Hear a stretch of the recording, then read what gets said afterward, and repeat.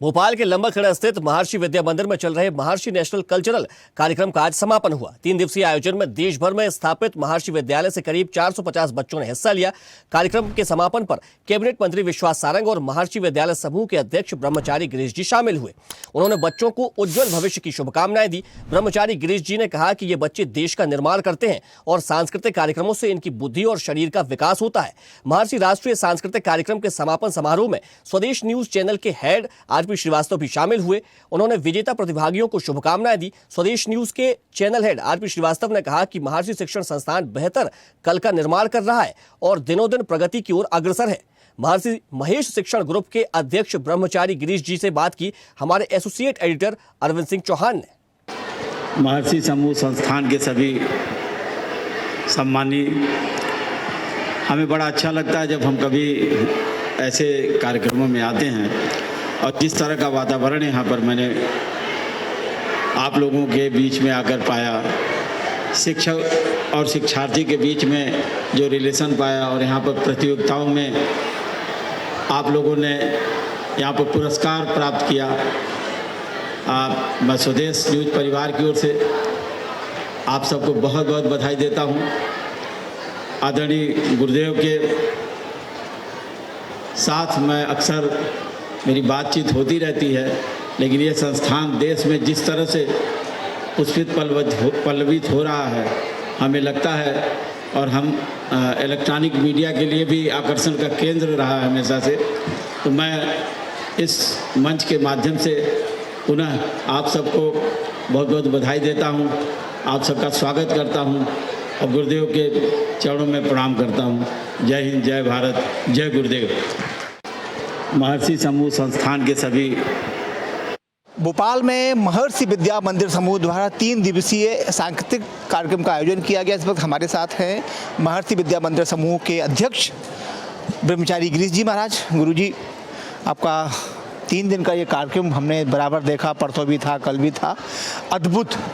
क्या कहेंगे, एक कैसा रहा? अभी लगभग बराबर मैं देख रहा था कि बहुत सारे बच्चे जब यहाँ पर अपना अवार्ड लेने आ रहे थे तो पीछे बच्चे जो जिन्हें मिल रहा वो तो उत्साहित थे ही, पीछे वाले बच्चे बहुत ज़्यादा उत्साहित थे। नहीं, ये बहुत अच्छी बात है। आज तीसरा दिवस है, कार्यक्रम की पूर्णता का दिवस है। महर्षि राष्ट्रीय सांस्कृतिक कार्यक्रम सम्मेलन है ये, जैसा हमने दूसरे दिन भी कहा था, मिनी कुंभ है ये संस्कृति का। और बच्चे सचमुच बहुत अच्छे हैं, हमेशा अच्छे होते हैं, पर ये चूँकि विनर्स बच्चे हैं अपने अपने 7 क्षेत्र के, भारत में हमने 7 क्षेत्र बनाए हैं, ये बच्चे वहाँ के परफॉर्मेंस करके विनर्स हैं और फाइनल के लिए यहाँ पर भोपाल में आए हुए हैं। तो इनके परफॉर्मेंस एक से एक थे, देखने लायक, चाहे वो सीनियर ग्रुप के, चाहे वो जूनियर ग्रुप के जो है, और सारे भक्ति पर आधारित, सारे पैट्रियोटिक सॉन्ग पर आधारित जो है इनके प्रोग्राम थे। और आज इनको जो है वो अवार्ड दिया जा रहा है, गिफ्ट दी जा रही है, and they are so happy. आप उनका हल्ला सुन सकते हैं, उनकी क्लैपिंग सुन सकते हैं, उनका उत्साह देख सकते हैं। और अभी हम लोग एक यात्रा करने वाले हैं भारत में, आदर्श भारत यात्रा। तो कैसे अपने भारत का आदर्श भारत निर्माण हो, इनका आदर्श जीवन हो और समूचा विश्व, अपना राष्ट्र जो है वो आदर्श हो।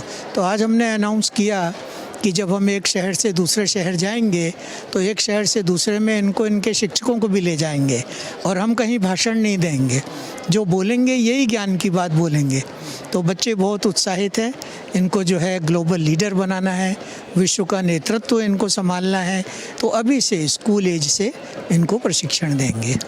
महाराज जी, वैदिक विज्ञान में सनातन का प्रवेश मैं देख रहा था कल भी, जो जिस तरीके से बच्चों ने यहाँ डांस कर रहे थे, और कहीं ना कहीं पूरी बात ये कहें कि सारी चीज़ें मिलाकर भी वर्तमान में साइंस की बहुत आवश्यकता है, विज्ञान की बहुत ज़रूरत है, लेकिन वैदिक भी उतना ही चाहिए, हमें सनातन भी उतना ही चाहिए। तो समावेश कैसे कर पाए? ये बड़ा सरल है। एक्चुअली जो वेद है वो तो सनातन है। वेद माने पूर्ण ज्ञान, तो बिना ज्ञान के तो कुछ चला नहीं होगा। जब से सृष्टि हुई, मानवता की सृष्टि हुई या सृष्टि की रचना हुई, तब से लेकर के आज तक सब कुछ ज्ञान पर ही तो आधारित है। तो वेद माने ज्ञान, ज्ञान यानी वेद, और वेद को कहते हैं चेतना के स्पंदन है, आत्मा के स्पंदन है। तो ये बड़ा सरल है। और जितना आज विज्ञान की बात हम करते हैं तो ये वेद भी जो है उतना ही वैज्ञानिक है, उसमें कहीं कोई संशय नहीं है कि वेद की बात अवैज्ञानिक है, ऐसी नहीं है। वेद पूर्ण रूप से वैज्ञानिक है, उसके सिद्धांत आज तक लोग अनफोल्ड कर रहे हैं, निकाल रहे हैं और उसको विज्ञान से प्रमाणित कर रहे हैं। तो वो तो अपने आप में शाश्वत रूप में प्रमाणित है, तो अच्छी बात है। लेकिन वेद जहाँ आता है अपने आप विज्ञान आ जाता है वहाँ पे।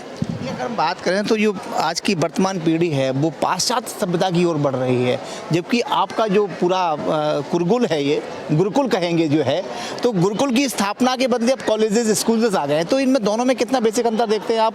वो बच्चे जो इंग्लिश मीडियम पढ़ते हैं, फ्लुएंट इंग्लिश बोलते हैं, साथ में वो कल्चर भी वही फॉलो करते हैं, हमारे सनातन को, हमारी परंपराओं को, हमारी जो पौराणिक जो गुरुकुल की परंपराएं थी, क्योंकि आपके स्कूल ने जरूर जीवित रखी हुई हैं। जब से मिशनरी आई है तब से तो बहुत सारा संकट आ गया है।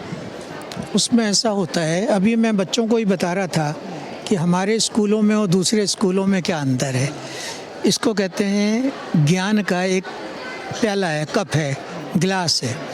बाकी स्कूल क्या करते हैं, ये 150 ml का जो है कप है, इसमें ज्ञान को भर देते हैं। इसको कहते हैं कंटेनर ऑफ नॉलेज, पात्र है, ये ज्ञान का पात्र है। हमारे स्कूल में क्या करते हैं, केवल इसको भरने का काम नहीं करते, इसको एक्सपेंड करते हैं, इसका आकार भी बढ़ाते हैं, फिर भरते हैं, फिर आकार बढ़ाते हैं, फिर भरते हैं। तो खाली 150 ml देना नहीं है बच्चे को ज्ञान, 100 ग्राम नहीं देना है, असीमित देना है उसको। तो ये चेतना में कैपेबिलिटी है कि एवर एक्सपेंडिंग है, ये अनंत विस्तारित चेतना होती है। जैसे ब्रह्मांड अनंत विस्तारित होता है, ऐसी चेतना भी होती है। इसमें भी जो कप है, जो हमारा ग्लास है चेतना का, उसको हम एक्सपेंड करते हैं और उसको ज्ञान से भरते जाते हैं। तो ये ज्ञान को लेकर के जो कहीं लोगों ने संशय किए हैं, वैदिक तो जो है वो धर्म है और ये तो ठीक है, ये सब फालतू बातें हैं। अपन लोग तो जो है अपने वैदिक संस्कृति को, हमारे कोई भी बच्चे को आप कहीं अलग है बिल्कुल शिक्षा का, ये वो अलग है, मसीह ने दिया है। और एक तरह से कहेंगे अलग भी नहीं है, लेकिन उसमें पूर्णता है, totality of knowledge, holistic knowledge जो है उसमें आना चाहिए। जीवन का पूरा ज्ञान बच्चे को मिलना चाहिए, कैसे एक सफल जीवन, कैसे आदर्श जीवन होना चाहिए।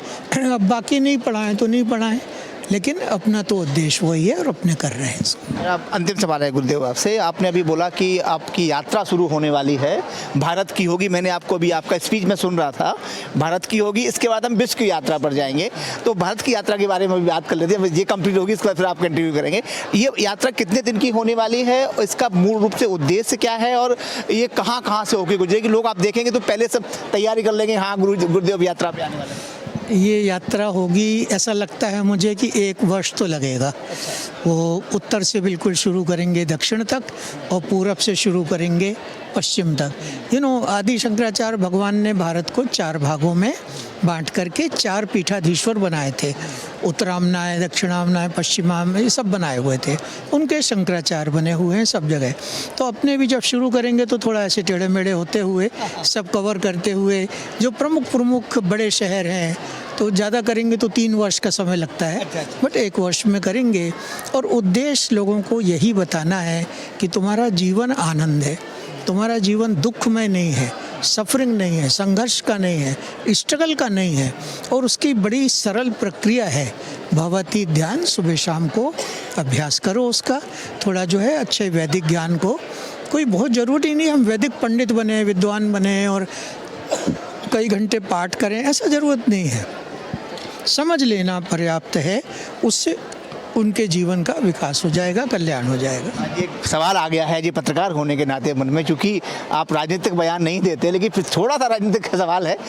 अगर हम बात करें देश की, तो दांडी यात्रा निकाली गई थी जब देश आज़ाद हुआ था, राहुल गांधी जी ने यात्रा निकाली। अब वर्तमान में आप देखेंगे बागेश्वर जो धीस हैं वहाँ के पंडित धीरेन्द्र शास्त्री, वो भी यात्रा निकाल रहे हैं। अब हमारे ब्रह्मचारी गिरीश जी भी यात्रा की बात कर रहे हैं। तो यात्राओं से क्या होने वाला है, क्या कुछ फर्क पड़ता है इसलिए निकाली जाती है? पड़ता है, थोड़ा बहुत तो फ़र्क पड़ता है। देखिए, जैसा आपने सही कहा, अलग अलग यात्राओं का उद्देश्य अलग अलग है।